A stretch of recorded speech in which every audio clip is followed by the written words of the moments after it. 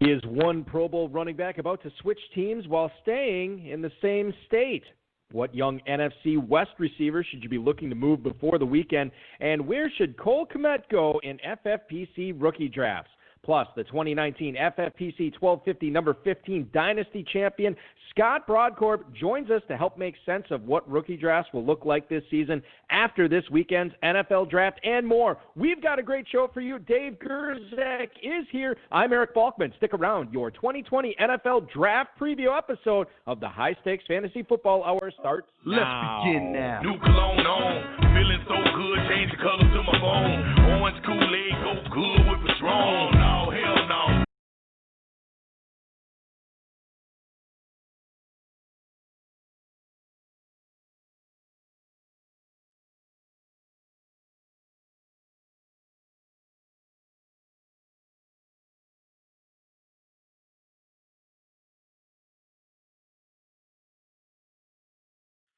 Broadcast live and heard around the world, you are now listening to the most entertaining hour of radio on the planet. It's the High Stakes Fantasy Football Hour presented by MyFFPC.com with your hosts Eric Balkman and Dave Gerzak. The High Stakes Fantasy Football Hour is your home for football analysis from the best fantasy players in the world.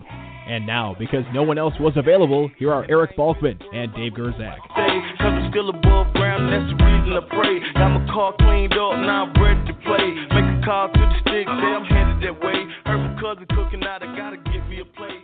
Hey, thanks a lot, Rob. Greetings and salutations to all of you Balkaholics and Gerzak addicts. Welcome to the latest episode of the High Stakes Fantasy Football Hour, presented to you by MyFFPC.com. I am, of course, your slightly above average host, Eric Balkman.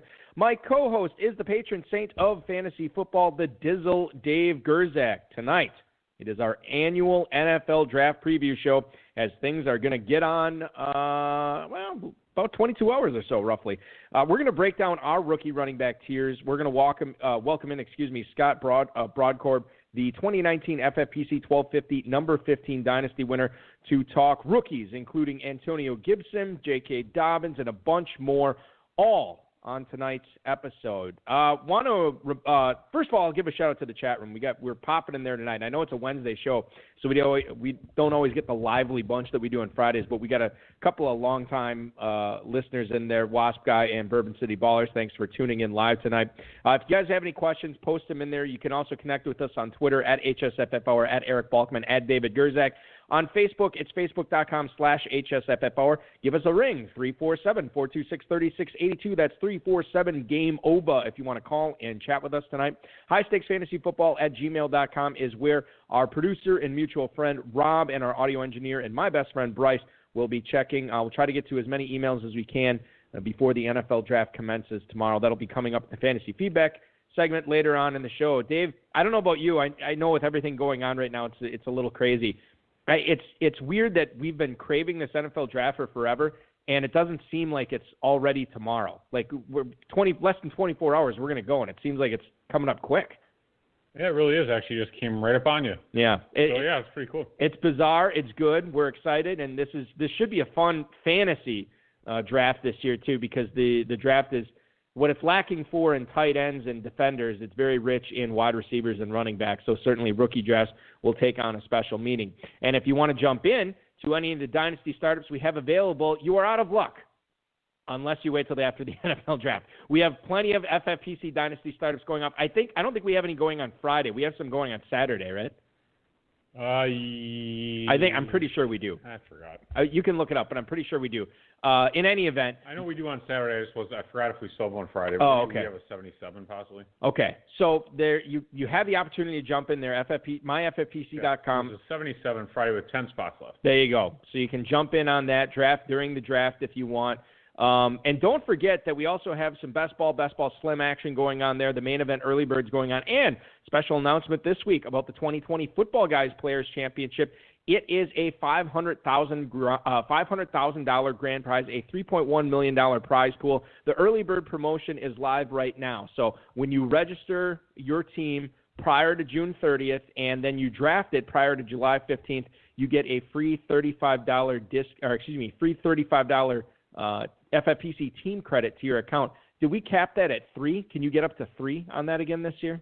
I don't know, man. You write the emails. I know. I think that's what me. it is. I think that's what it is. I don't read your emails. I know.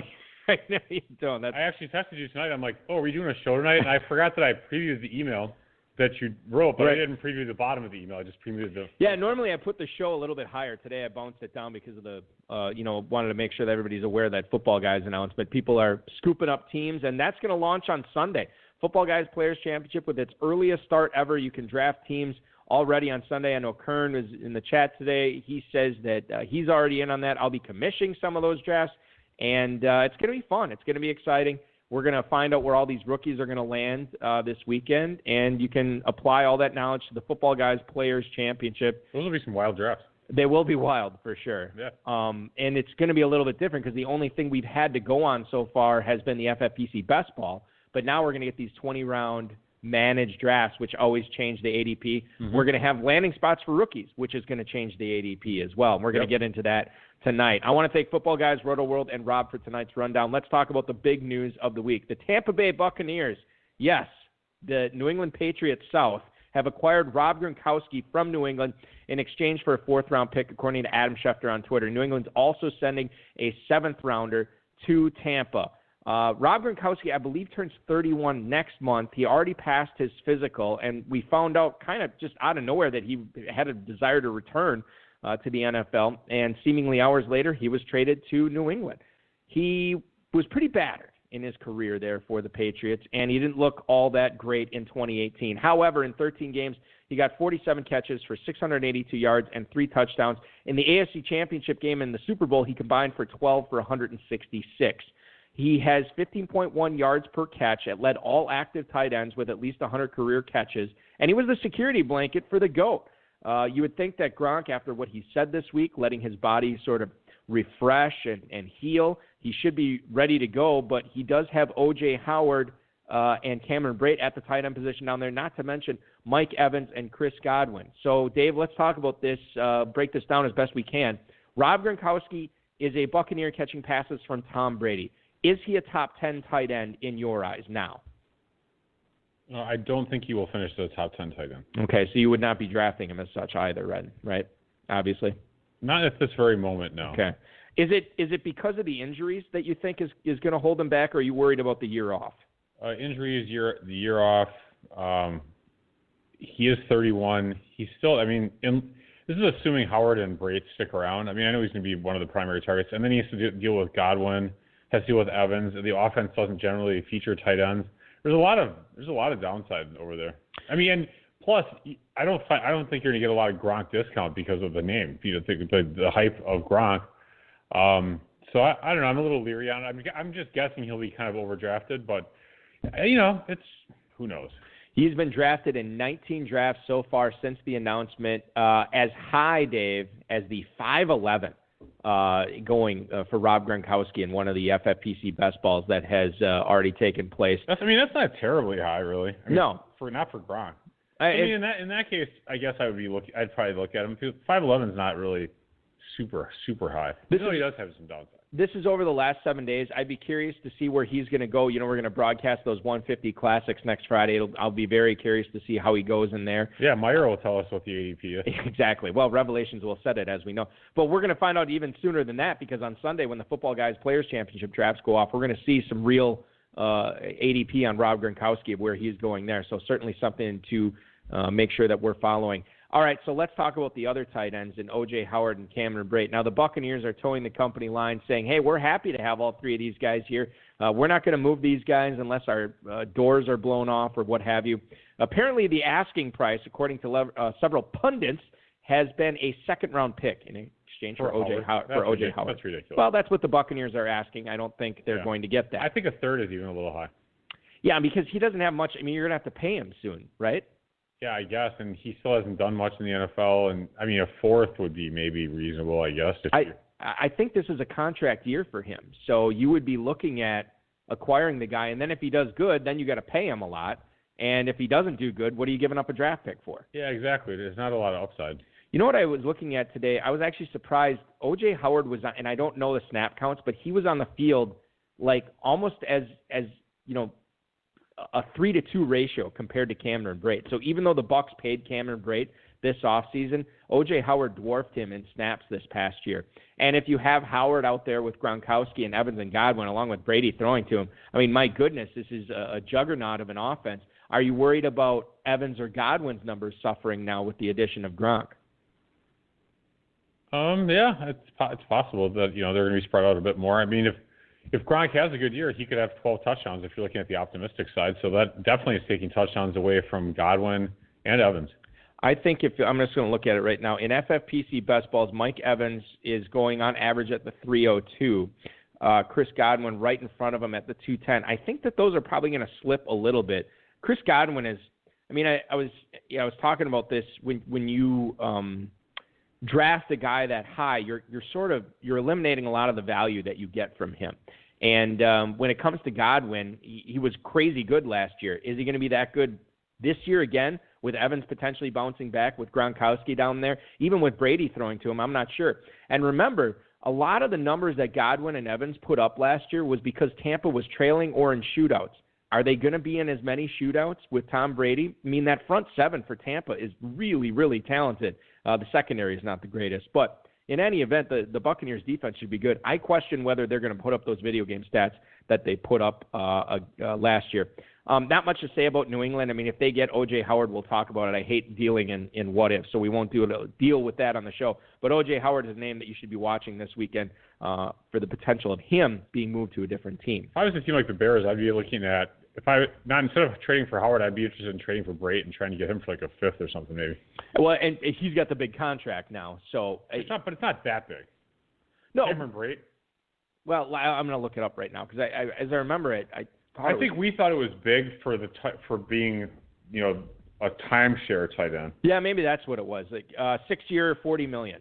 $18 million guaranteed, average annual salary of $7 million. It's pretty sizable, actually. Yeah, it's got to be some out years that are really high. Yeah, I mean, the Bucs are.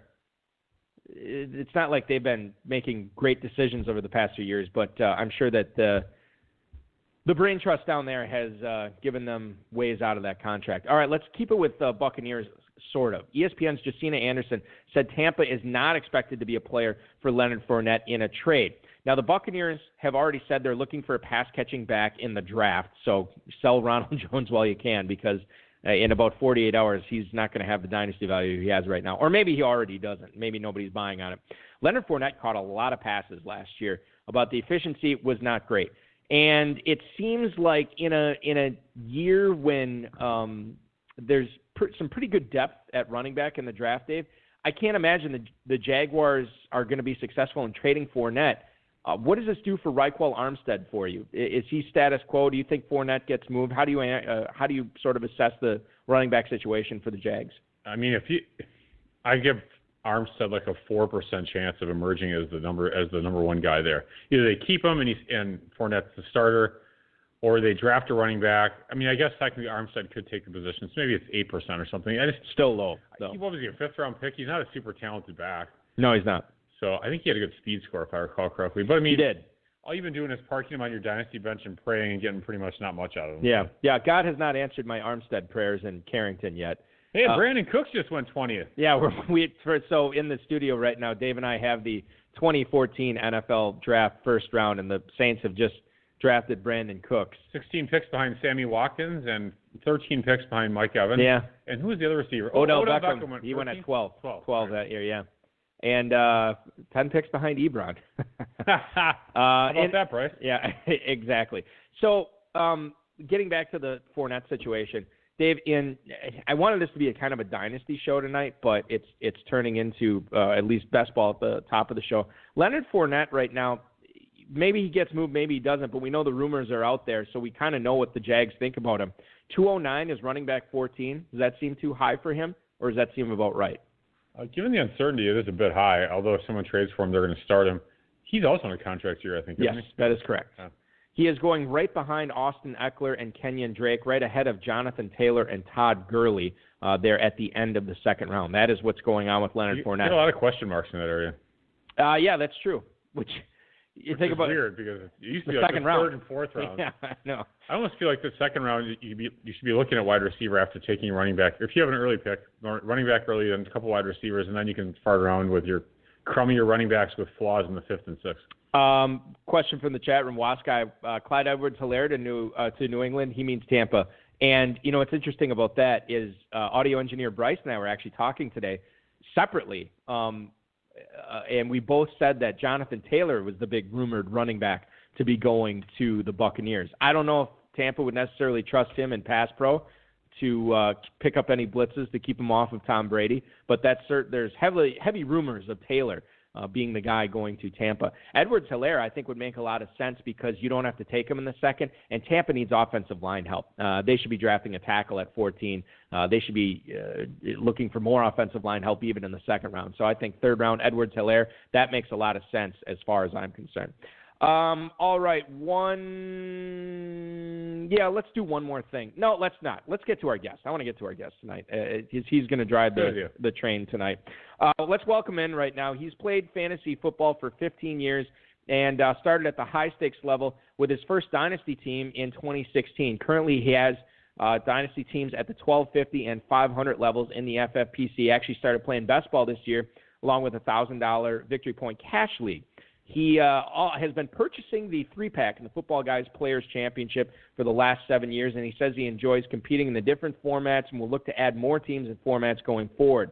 He is, of course, the defending FFPC 1250 Dynasty League number 15 champ. Said he also feels pretty good about his chances at repeating in 2020. Please welcome into the program Mr. Scott Brodkorb. Scott, thank you so much for hopping aboard and taking some time out of your schedule in the middle of your week and draft week. Welcome. Hey, thank you, guys. Good to be here. Scott, are you engrossed in Dynasty mode? Do you know everything there is to know about the rookies, or are you going to be learning a lot about them, much like me and Dave are, over the weekend when we watch the NFL draft? I probably got an earlier start this year because of all the craziness that's going on, and it's nice to take a break away from the real world and get into this stuff. I'm not where I need to be yet, so I'll definitely be watching a lot this weekend and then really digging in after that to get ready for the draft here in a couple of weeks for the Dynasty leagues that I'm in. We do want to get into fantasy football and pick your brain about what your strategy is going to be in the rookie drafts and sort of get analysis on what you think of these guys already. Before we do that, can you tell the listeners what you're doing for a living, Scott? Yeah, I'm a CEO for a remodeling company. We specialize in high-end windows and doors. Dave, you have any questions about that, given your windows and doors research in Florida? Well, I guess, we live in the Midwest here, so all we hear is Andersen windows. So you say high-end, so is Andersen actually like middle, or is it actually pretty good? Well, I didn't want to say the company or brand I represent, but they're the best in the business, so you can figure that out. All right. Yeah, I won't ask. Yeah. All right. Well, excellent. See, the name presents itself. Look at that. That's right. All right. So we'll talk about your league. So congrats on winning. You had Deebo Samuel. He helped you get there. What a great rookie pick that I missed out on. Thanks. If Balky would have told me about this Deebo Samuel, I would have done. Quite frankly, I only got him in one league myself. All right. Anyway, so he might have some competition for targets if the Niners go after a receiver with one of their first-round picks. Are you? I think I know the answer to this, but are you trying to trade Deebo Samuel prior to the NFL draft? Right now, I'm not trying to trade him. I really think he has a potential to be a top 15 receiver in this league, and the fact that he's rookie year, he established himself, and he's going to be the go-to guy in San Fran, regardless of who they draft in the first round, I believe. Now, that could always change. I always listen. If someone wants to blow me away with a real high-value trade, I will listen because I think I've got some good wide receivers. But I'm not at this point. I'm not really looking to move them. Yeah, and I think the other thing too is like if you saw this coming the Niners have been rumored to take a receiver at 13 ever since they made that deal with Indianapolis to get that pick. And if you weren't getting anything for Samuel then, if you were shopping around, I guess you're better off just holding on to him. One of the things that I always come back to is the Niners not only used a high pick on Samuel, but they went out of their way to get him involved in the game multiple times last season. So they clearly like him. They like using him. And whoever comes in is obviously going to face a learning curve to try and usurp Samuel as the number one there. We'll see what happens, but certainly I feel good about my one Deebo Samuel dynasty share. Let's talk about some of these rookie receivers here. Scott, Denzel Mims and T. Higgins are actually being drafted right next to each other in FFPC startups at the moment. Which one of those receivers, based on what you know about them, do you like better? The Mims out of Baylor or Higgins coming from wide receiver U at Clemson? Yeah, that's a tough one. I go back and forth.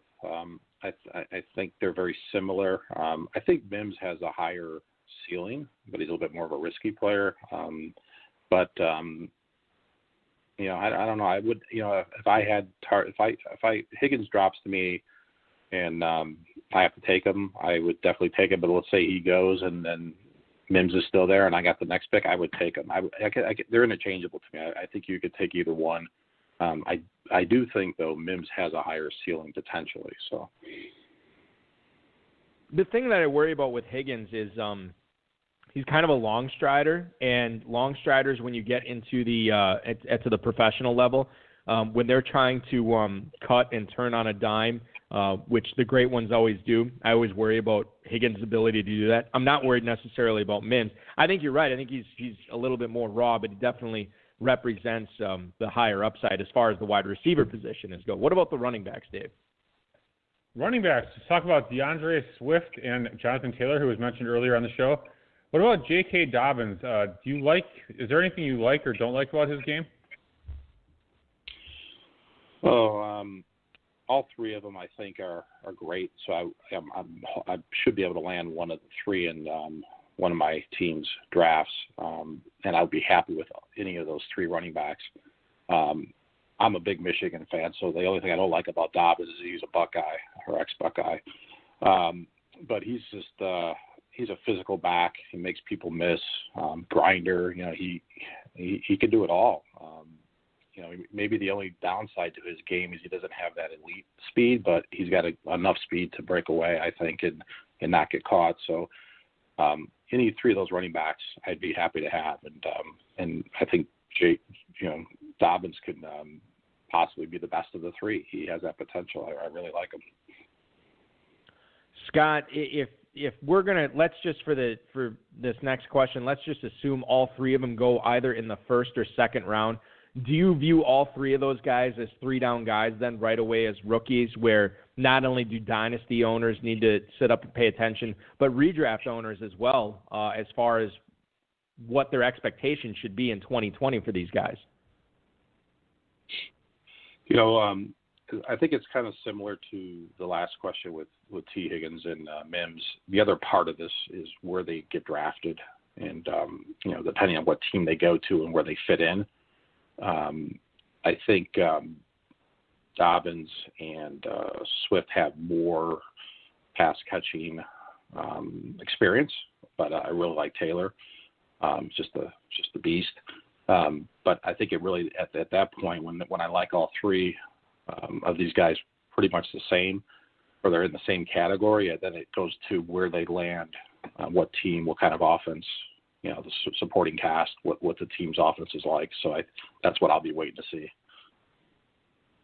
Scott Brodkorb, the champion of the FFPC 1250 number 15 Dynasty League, joining us here on the High Stakes Fantasy Football Hour in our NFL Draft Preview episode, talking about rookies. It's an incredibly deep receiver class. I feel like we've been talking about Judy and Lamb and Ruggs basically since early February, but we haven't got into a lot of the other receiver guys. We talked about Mims and Higgins briefly. What about Brandon Ayuk? Because this is a guy that is slated to go probably at the end of the first round, maybe early second. Maybe we see a trade up for some team drafting in the early second to snare him at the end of the first round. What kind of pro career do you see him having, given the numbers he put up, not only at the Combine, but what he did at Arizona State as well, Scott?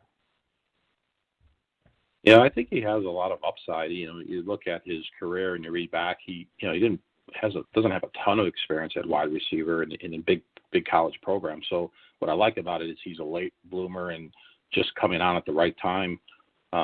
smooth athlete. I think he definitely has high upside. I can see why people are high on him. So, I'm not going to overvalue him because I know he's a popular name and the media is pushing him, and I know a lot of times that doesn't work out. But I think he's got real potential, and I think if I didn't get a receiver I wanted in the first round of my rookie, of the Dynasty draft next week, the redraft, and he fell to me in the second or third. I don't think it'll last to the third, but maybe I can get him in a second. I wouldn't be down on it. I think he's got a high upside, a lot of potential, and he's peaking right at at a good time for his career. I keep seeing, Dave's not a Packers fan. Well, he cheers for him, but I'm a Packers fan. And I've been on the Denzel Mims train for the last month or so, but the more I watch Brandon Ayuk, the more I read about him, I'm actually liking what he would do opposite Devontae Adams in Green Bay. Can go outside, he can play the slot. And regardless if the Packers take him or not, he's going to be playing that role for whatever team that drafts him. I think he can put up some pretty good numbers as a rookie. I'm actually really digging his pro career and certainly going up my Dynasty draft boards. Much higher than the cat out of Memphis, literally. Yeah, so Scott, you said you haven't done a whole ton of research, but apparently we're going to ask you about the 50th drafted running back in FFPC Dynasty. Startups, Dynasty startups, yeah. Even worse. That's Antonio Gibson is the running back out of Memphis. Draft. Yeah. Oh, yeah. Well, whatever. Anyway, he's had a lot of experience catching the ball for the Tigers, evidently. So does that seem right for you to be the 50th drafted running back in FFPC Dynasty Maidens? That's including the Fournettes of the world and the Gurleys and all that stuff. Okay, now I understand.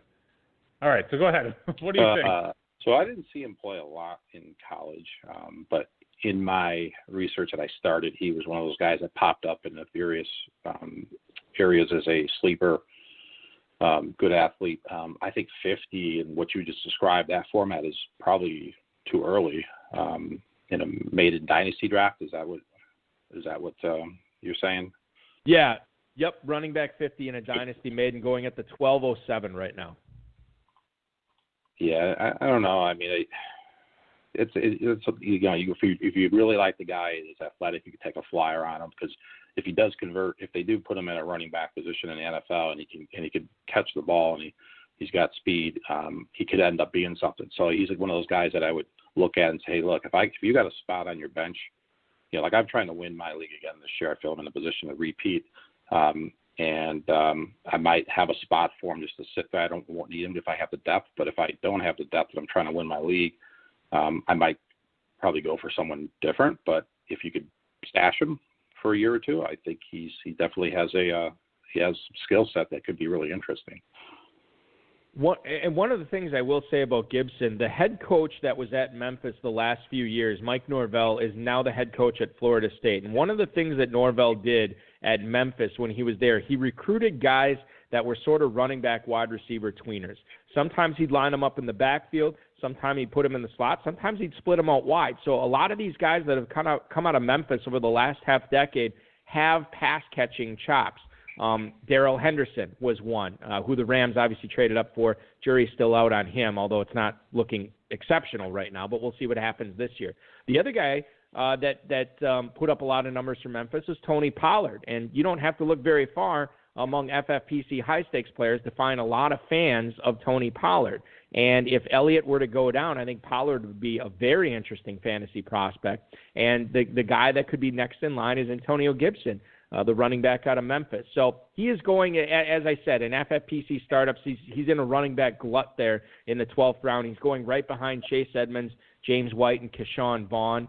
And then he's going right ahead of Naheem Hines, Eno Benjamin, and Rashad Penny. So not a lot of excitement there, although you do have the untapped upside of the rookies in Vaughn, Gibson, and Benjamin there if you are willing to take a chance on any of those guys.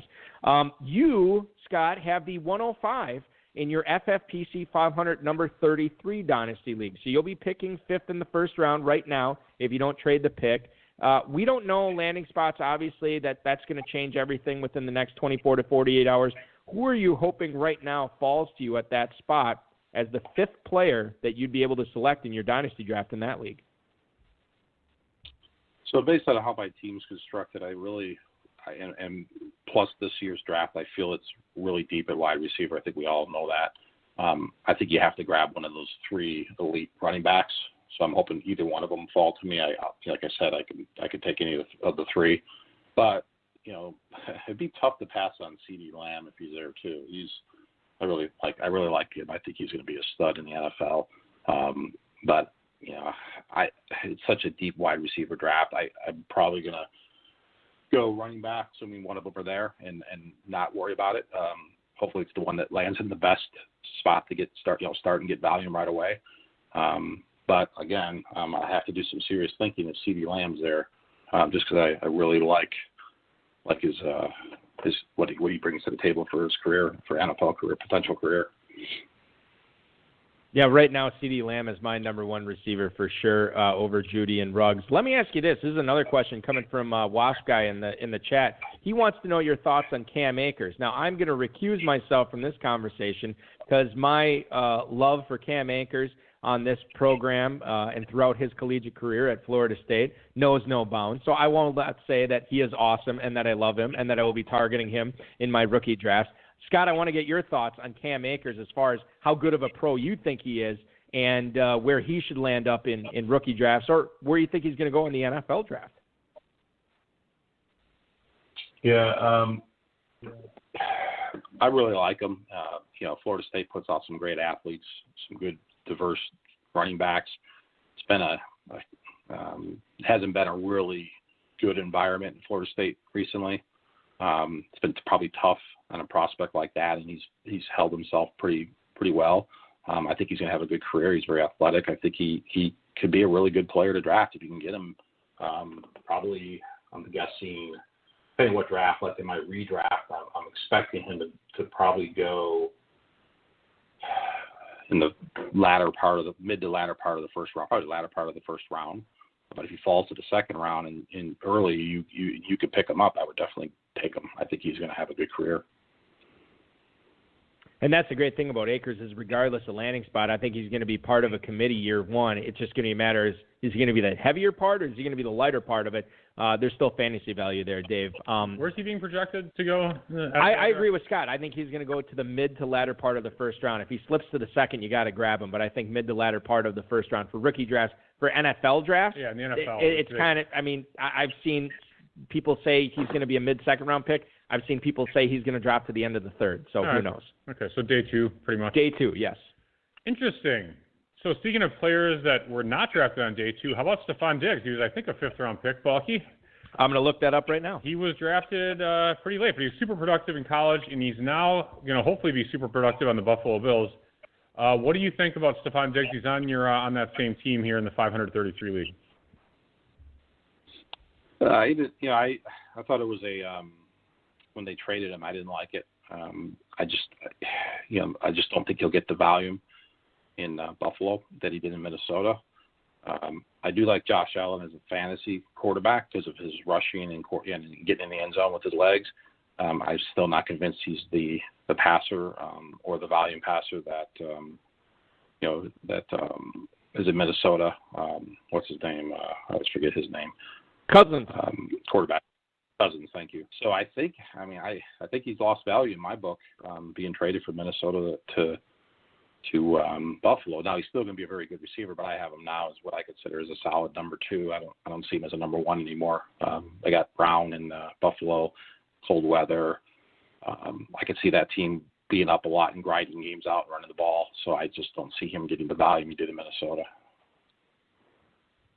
Yeah, the other thing, too, to keep in mind is John Brown actually had a pretty good season last year. Now, he stayed healthy. I don't know if we can predict good health again for John Brown based on his career in 2020. But, opposite him, and then Dawson Knox coming on. Devin Singletary looked like a threat out of the backfield. So certainly Buffalo has some good young players that they want to work in along with Diggs. I'm with you. I think his value takes a hit. And I don't think I'm going to be getting him in a whole lot of redraft leagues this year because I think he might be a little bit more name than game, at least in 2020.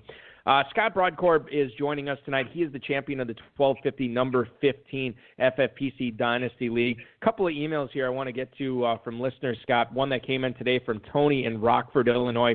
He writes, "Hey, Scott, how likely is it that you'll use a late first or early second round pick on Laviska Shenault in your rookie draft given his injury history. Nice work with the Dynasty team. That is Tony in Rockford, Illinois. Laviska Shenault, a guy who, actually there was a report today, I thought I had it in front of me, that he had the core muscle surgery in February, and Dr. William Myers, who is at Vincera Core Physicians, said Shenault would be 100% for full football activities by this weekend's draft. So good news for Shenault there, but that doesn't necessarily make him any less likely to hurt himself again. And injuries played a big role in his career at Colorado and even after that. So your thoughts on Shenault going at the end of the first round of rookie drafts? Is he a player you want to be in business with, or are you going to let somebody else take him? I like Michael Pittman. I think we'll go ahead of him, and I think he'll be in the same area out of USC. I think Chenault's talented. He's just the injury bug is got me a little nervous. But that's the kind of player, maybe because of that, he falls a little bit further, and then you get him in the mid-second round, which I'm trying to be optimistic. But if that happens, you definitely jump on him. But I don't think he's a first-round pick. I wouldn't take him in the first round. He's probably going to go early second, but if he falls any more than that, I think he's definitely, you target him because he is talented. He's just got to stay healthy. But I think for me, I like Pittman better, and I think he's going to go in that same area, maybe a little bit ahead of him. So, that's where I'm probably going to stay away from him unless he falls somewhere past the mid, to the mid or latter part of the second round. Scott, you and I are of one mind on Michael Pittman. I like him too. I think there's a chance that he could actually even sneak into the first round. Remember, all it takes is one team to like him. They could easily trade up from the early second to get into the first to take Pittman, a guy who is super successful at USC, obviously has the pedigree and the bloodlines, with his father playing in the NFL for a double-digit year career. I like Pittman, and I think he's a little undervalued because the depth of receiver is so great in this draft. And I think, and this is a case I've been making with Shenault for the last month or so, when there is this many receivers, this many good receivers in this draft where they really haven't separated themselves, why take the chance on an injury risk like Shenault when there are guys like Pittman or KJ Hamler or Jalen Reagor, going in the same spot? Why take the chance on Shenault? And I think you hit the nail on the head. If all those guys are available, you're going to let Shenault slip until that next tier where he is clearly above the rest of the guys talent-wise, and then you just got to bet on that. Yep. Dave, I think that's the strategy of a lot of these players this year. So. One more email. Wes in New York. What's up, champ?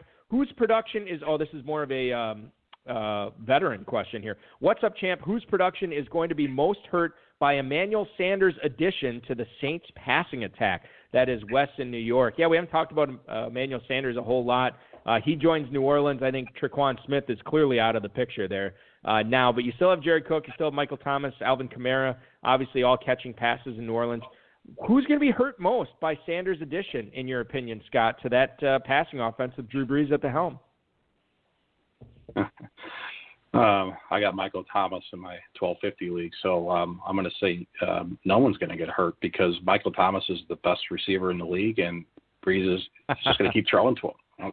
I don't care who's number two. They need a number two, so they're going to bring him in, so that gives them another weapon. But with that kind of volume offense and the chemistry between Brees and Thomas, I don't think anyone gets hurt.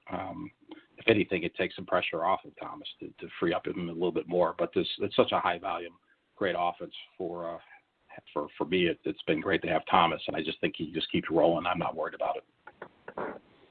Sanders strikes me as the type of guy that a Super Bowl contender would bring aboard, not just because he has reliable hands, but he runs good routes. He's a pretty good good run blocker for a receiver, and he can take some pressure off Thomas. I think I'm kind of with Scott on this one. Dave, it's not going to hurt Michael Thomas. I don't think it really necessarily hurts Cook or Kamara all that much either. It just kills Tre'Quan Smith. Yeah, that's for sure. Yep. Sanders is a good consummate pro. He's good for the team, actually. Good for them, on a football sense. Right. Yep. Yeah, I like him.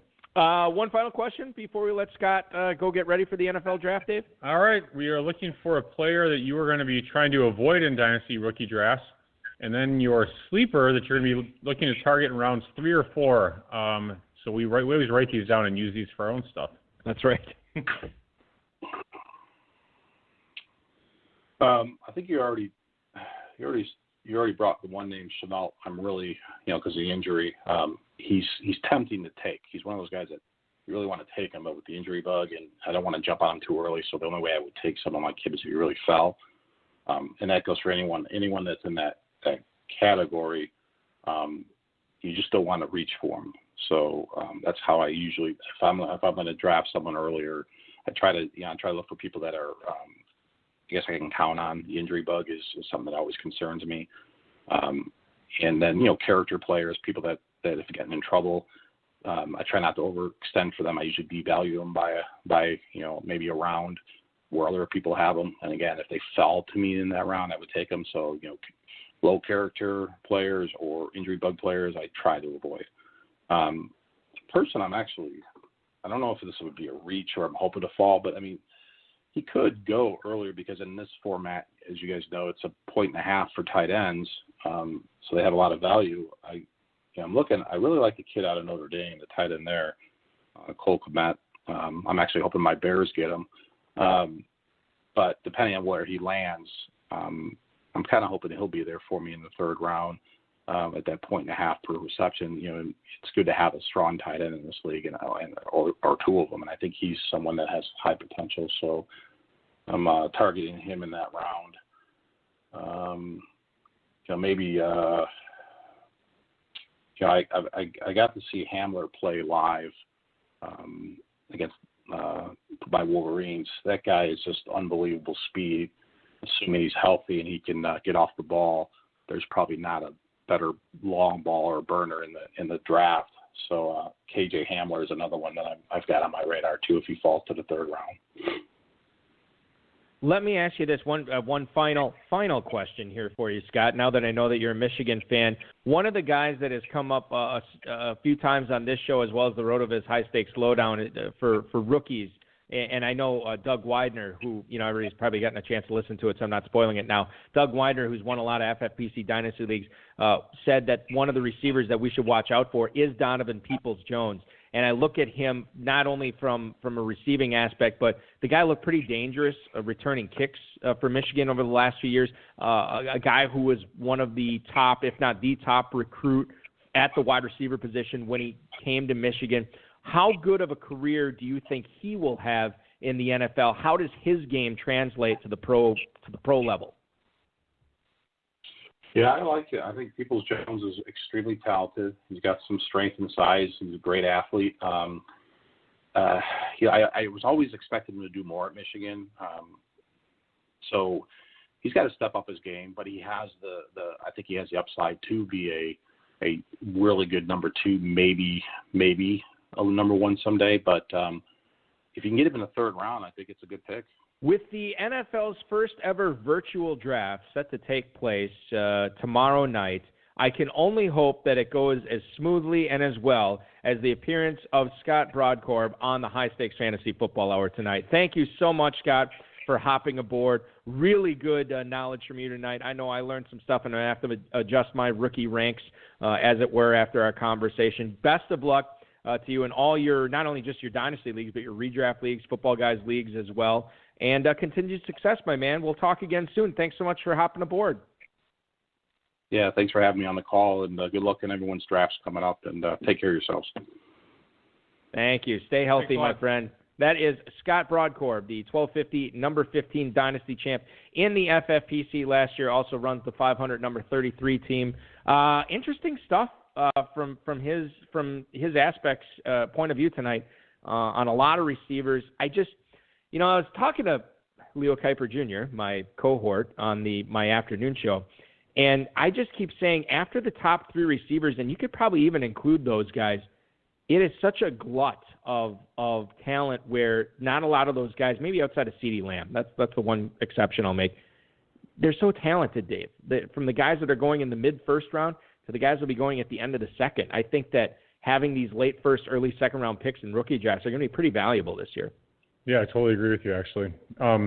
And one of the mock drafts I saw today, I forgot who it was from because I don't really care, but he had seven receivers go in the first round.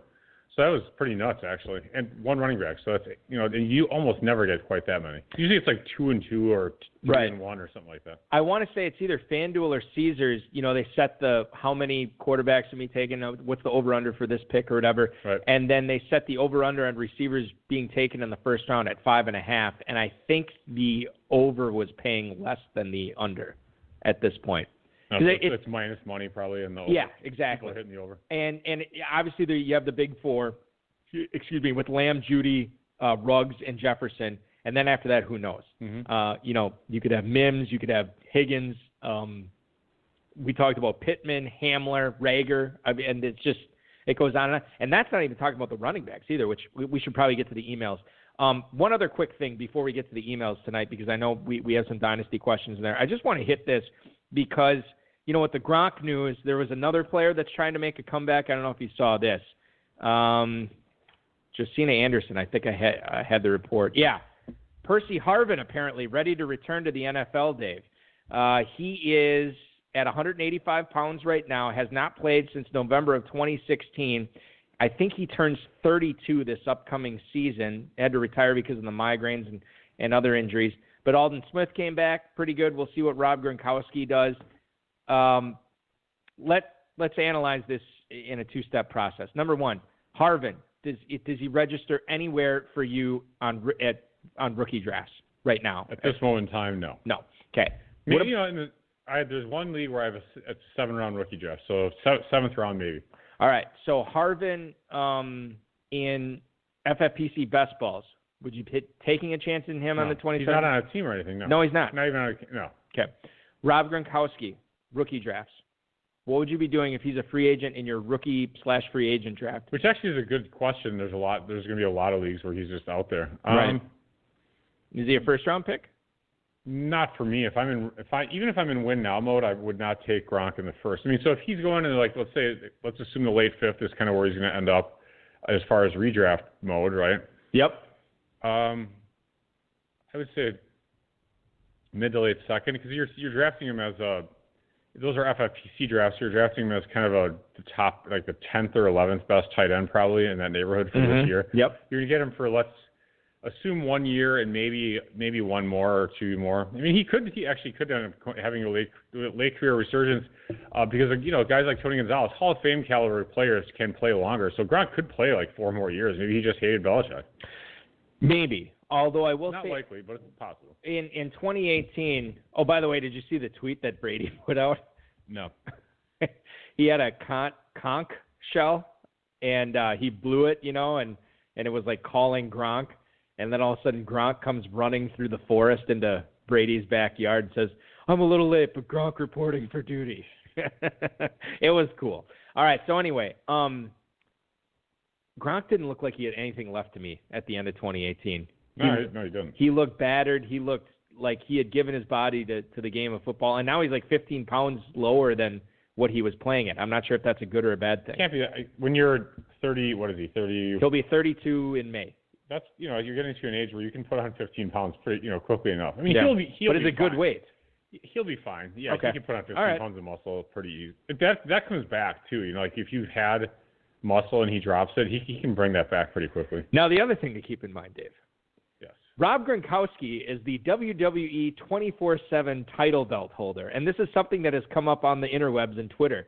I don't know if you're familiar with the 24/7 championship. Yeah, I know enough about it, unfortunately. He has to defend that anywhere at any time, which means he could be celebrating a touchdown in the end zone of Raymond James Stadium or wherever the Buccaneers are playing.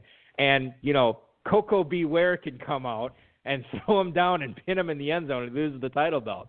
Now he's got to weigh what's more important to him. Yeah, winning football games or the title belt. Great analysis. All right. Thank you very much. I appreciate that. Let's move on to emails tonight for Brad in Stamford, Connecticut, who is leading things up. This is good because we just talked about this. Why isn't Michael Pittman getting any first-round love, guys? As far as rookie drafts go, do you think he'd make a good choice at the back end of the first? That is Brad in Stamford, Connecticut. Thank you for the email, Brad.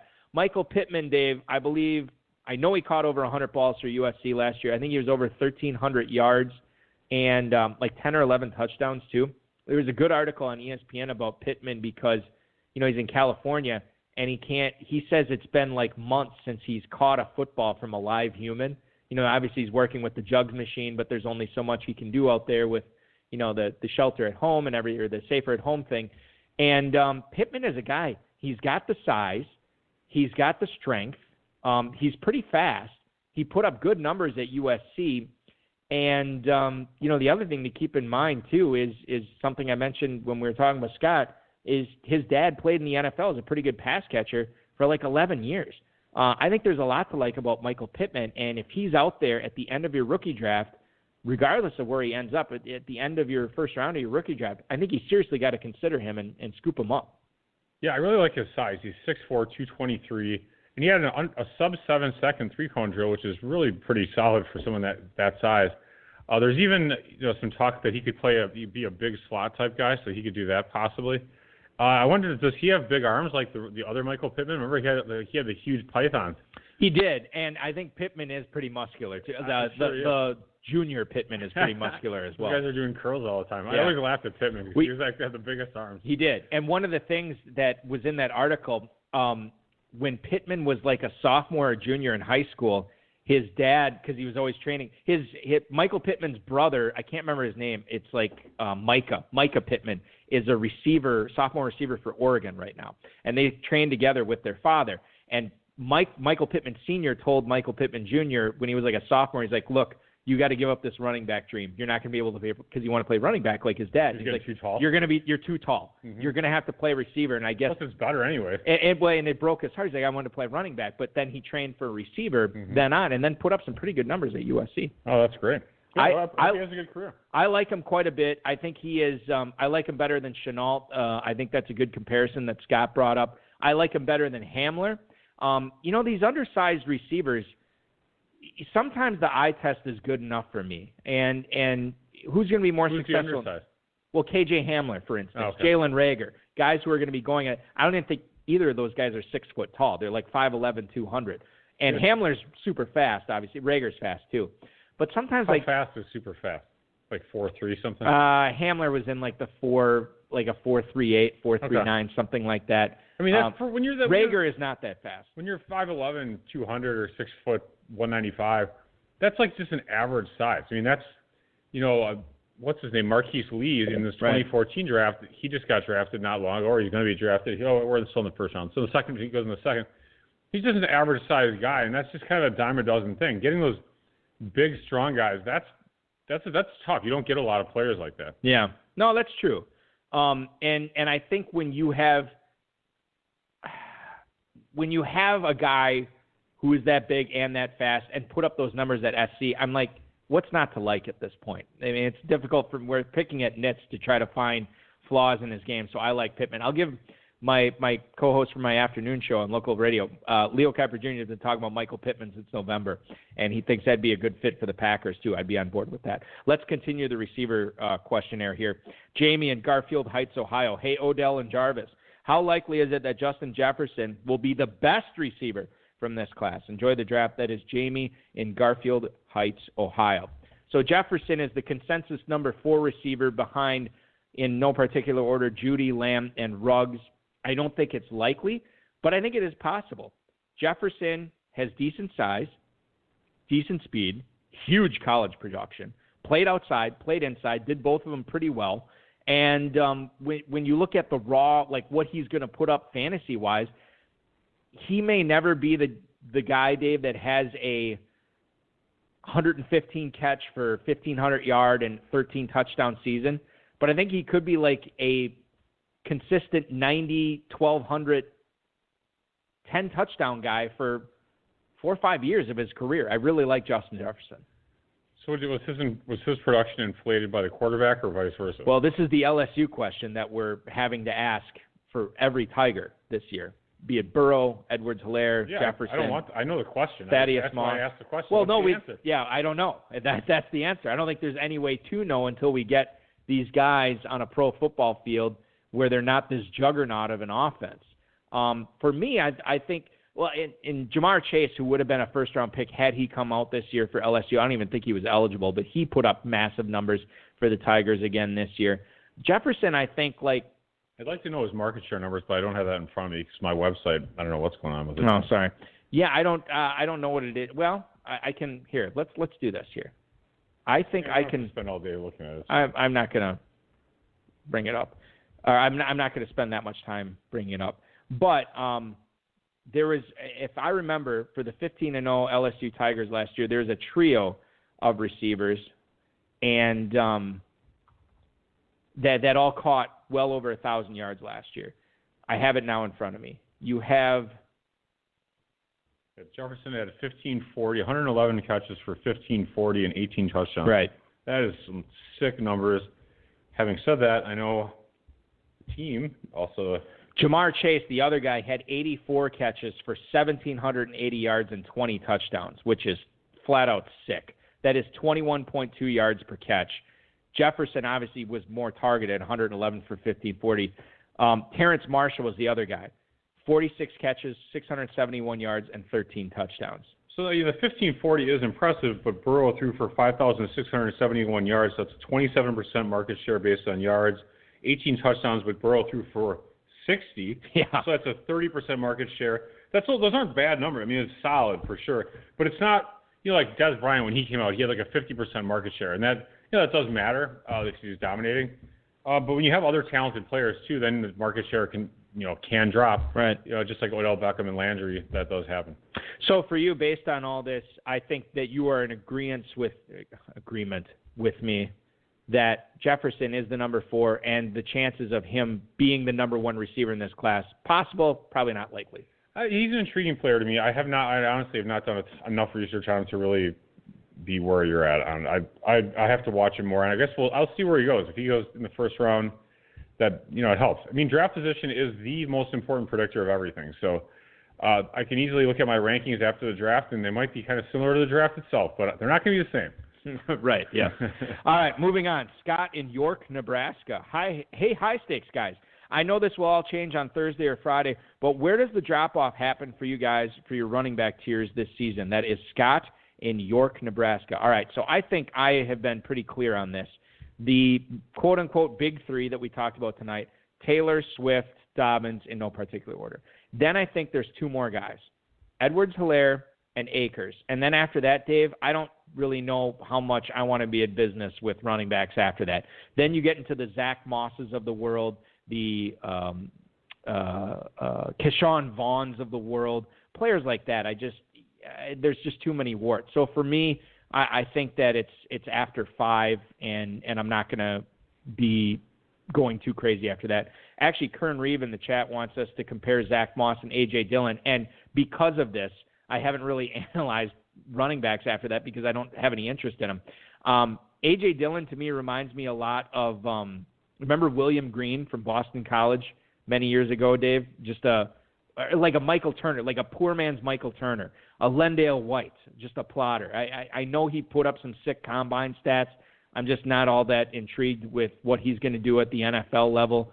I don't know how many passes he's going to catch. I don't know how athletic he's going to be when he's chasing. He ran like a really fast time though at 6 foot 250 or whatever. His speed score was pretty good. Yeah, and he's huge. He's like the next Derrick Henry is what they're saying. Is that what they're? Yeah, I don't see that. Well, why not?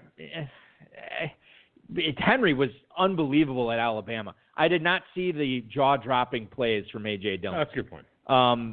If Henry went, he was like a second-round pick. So I don't see Dillon going quite. I don't. Yeah, Dillon's not like he's like a 4th-round guy. I don't think he's going in the 2nd or 3rd. Right. Current plotter alerts. Ouch. Yeah, I'm not a fan of either. Well, if he goes in the 4th rounder, how many 4th-round starting running backs are there? There's a few, but not many. Yeah. He might. You know what those guys are like? If they get drafted by like Carolina or the Giants, then they're clear handcuff guys, right? But then it's outside of that, it's like, why am I getting on board? No, that's just another argument too about not taking these 4th and 5th round type, or as you get later in the draft, because then even if they become starters, and I'm thinking of Aaron Jones here, they still have a little bit of that stench of being a 5th round draft pick on them as far as their dynasty value goes.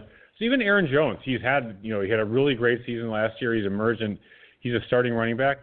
But even on the Packers themselves, they may say, we're not going to extend him. We're not going to sign him to a long-term deal because he was only a 5th-round pick. He's just not that great. Mm-hmm. You kind of keep that. I think you keep that with you for a number of years. You really do.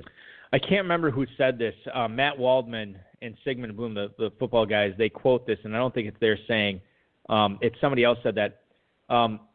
First-round guys have to prove they can't do it, and the fourth-round, fifth-round guys have to prove they have to prove they can do it. Yeah, that makes sense. So obviously, the higher you pick, the longer leash you get. That's just the way it is in the NFL. You see us a lot more so in the offensive and defensive line, or edge rushers. You'll see that they kind of suck the first 2 or 3 or 4 years, but they'll get picked up somewhere else because some other team will be like, oh, I remember we liked that guy. He could still be good. And sometimes they are. Yeah. So. Yeah, no, it's a good point. All right, final email tonight is from Adam in Denver. It's a down year for tight ends, but if Cole Kmet gets taken in the first round, should he be a first-round rookie pick in FFPC dynasties? Thanks, guys. That is Adam in Denver. This is interesting. We talked about this with Scott, who obviously was a big Cole Kmet fan, hoping that he goes to the Chicago Bears, a team that is in dire need of some help at the tight end position. Cole Kmet is interesting, Dave, because I have seen him mocked as late as like the third, sometimes even fourth round. I've seen him mocked as not even the first tight end off the board. But if a team, and this is some of the scouts, did you read Bob McGinn's stuff this year at all or no? From formerly a Milwaukee Journal Sentinel. No. He has all these contacts with these. Yeah. Okay. So I was reading the tight end one, and one of the scouts said in there, he was kind of like lukewarm on Kmet, but he said, if a team wants him, they're going to have to trade up to the late first round to get him because he thinks that's where they're going to go. That's where Kmet is going to go. And if he does go there, you just talked about it, draft position is most important.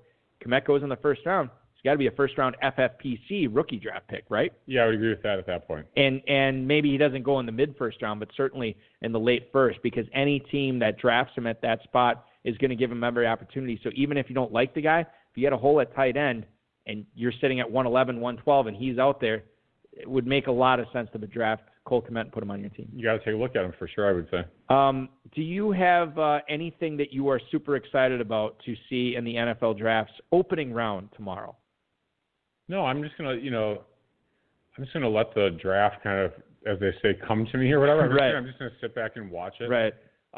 It's kind of similar to how I watch the show Westworld. My wife watches it, and she's always trying to figure out, who's in this body or who's in this. I'm like, I don't give a shit. I'm just gonna watch the show, and whoever gets killed, gets killed. Whatever happens, happens. That's great. And that's what I'm going to do with the draft tomorrow. I'm not going to sit and worry too much about it. I can't wait to see, like, the Zoom bombs. Like, you can't tell me Dave Gettleman, the GM for the Giants, everything's going to happen according to plan for that guy. I saw some white GM is going to say the N-word or something like that. They had, totally I don't know if we talked about this, but they had the for some reason, I think it's the guy from the Cardinals that's going to do it. Oh, yeah, he's a drunk. Steve Kime. Yeah. I think he's at least 2 DUIs. I don't know if we talked about this, but they had the dry run on Monday.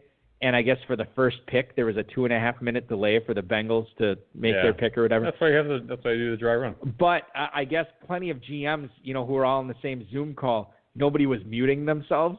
Yeah. So you had 32 guys talking at once. That's wonderful. The producers are just going to love this. Right. Yeah. It's going to be highly entertaining to see what happens there. I think it's going to be fun. I can't wait for it. We're less than 24 hours away. So with that, ladies and gentlemen, let's wrap up the show tonight. I want to thank Scott Brodkorb, the FFPC, Dave, and, of course, Robin, Bryce, and you for listening to our Little Dog and Pony show, the NFL Draft Preview show tonight. We are live next Friday with 2 hours. We're going to be on at 9/8 Central, not 10/9 Central. We'll be on an hour early to cover Genesis, Revelations, and Apocalypse, all 3 of those 150 classics.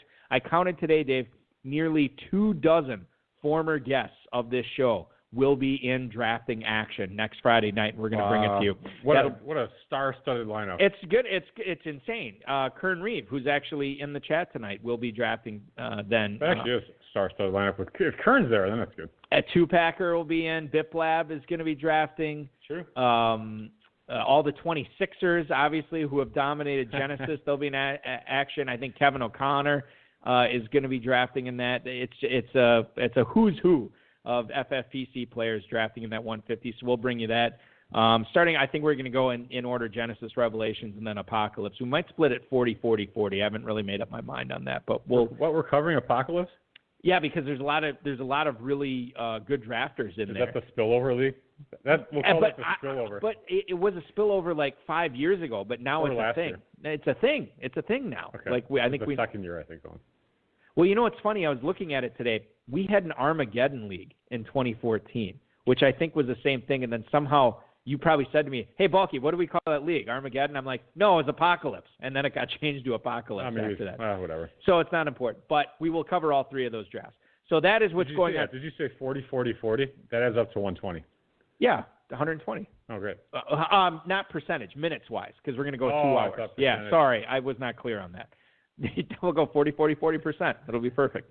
I always give 120% for the show. Well, there you go. So everybody's finding out the truth now tonight. All right, so check out the Football Guys Players Championship Early Bird. That is going on right now. We have, as long as you're signing up for that before June 30th, drafting by July 15th, you're going to get that free FFPC $35 credit. Best Ball Slim Leagues, Dynasty, Startups, and the main event all going on. Get in on that main event Early Bird as well. Take advantage of that. Stay at home, stay safe, and what a weekend to stay at home because you're going to have 7 hours of awesome NFL drafting action. It's going to be a blast. Your NFL draft weekend officially starts now. This has been another episode of the High Stakes Fantasy Football Hour presented by MyFFPC.com that was broadcast live and heard around the world. Eric and Dave will be back next week with more analysis, interviews, and advice from a guest much smarter than they are. Thanks for listening, and we'll talk with you again next week.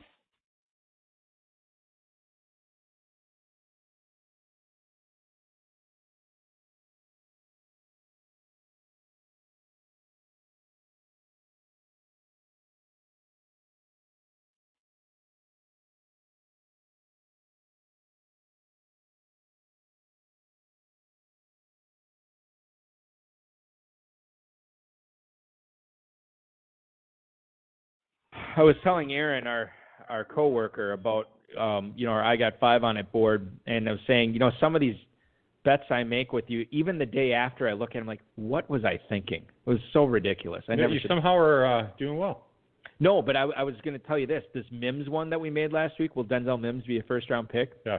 I went straight up on this. I wish I was on your side now because I don't think he's going to make it in the first round. Oh, really? So Jefferson was the one where I got Jefferson is the one you got odds. He's going to go in the first round, like probably around like the 2021. A lot of the reports say he's not going to make it past the Eagles. Yeah, we'll see when he falls into the second round, Valky. Well, I brought this up with one of our draft experts that we have on my other show, and I said, with all this depth of receiver this year, do you think they all fall? Because of the depth, do you think teams are like, well, we'll wait on that, we'll wait on that. What do you think? Is that likely to happen? Do you think that people are going to start waiting on receivers? Well, I think there's a chance that, let's say the other 3 guys go first, and then Jefferson's out there. But then let's say 2 teams take wide receivers, so 5 total go in the first round. But then Jefferson's just not their guy. Maybe they take someone else, like Pittman goes, and then someone else goes. And Jefferson goes and pick 34, 35, and boom, I'm hitting 6-1, baby. Yeah, well, we'll see what happens. Or whatever the odds were. In any event, it's going to be awesome, and we hope you enjoy it. We'll talk to you next Friday, 1 hour early, for 2 hours of drafting fun. Enjoy the draft, everybody.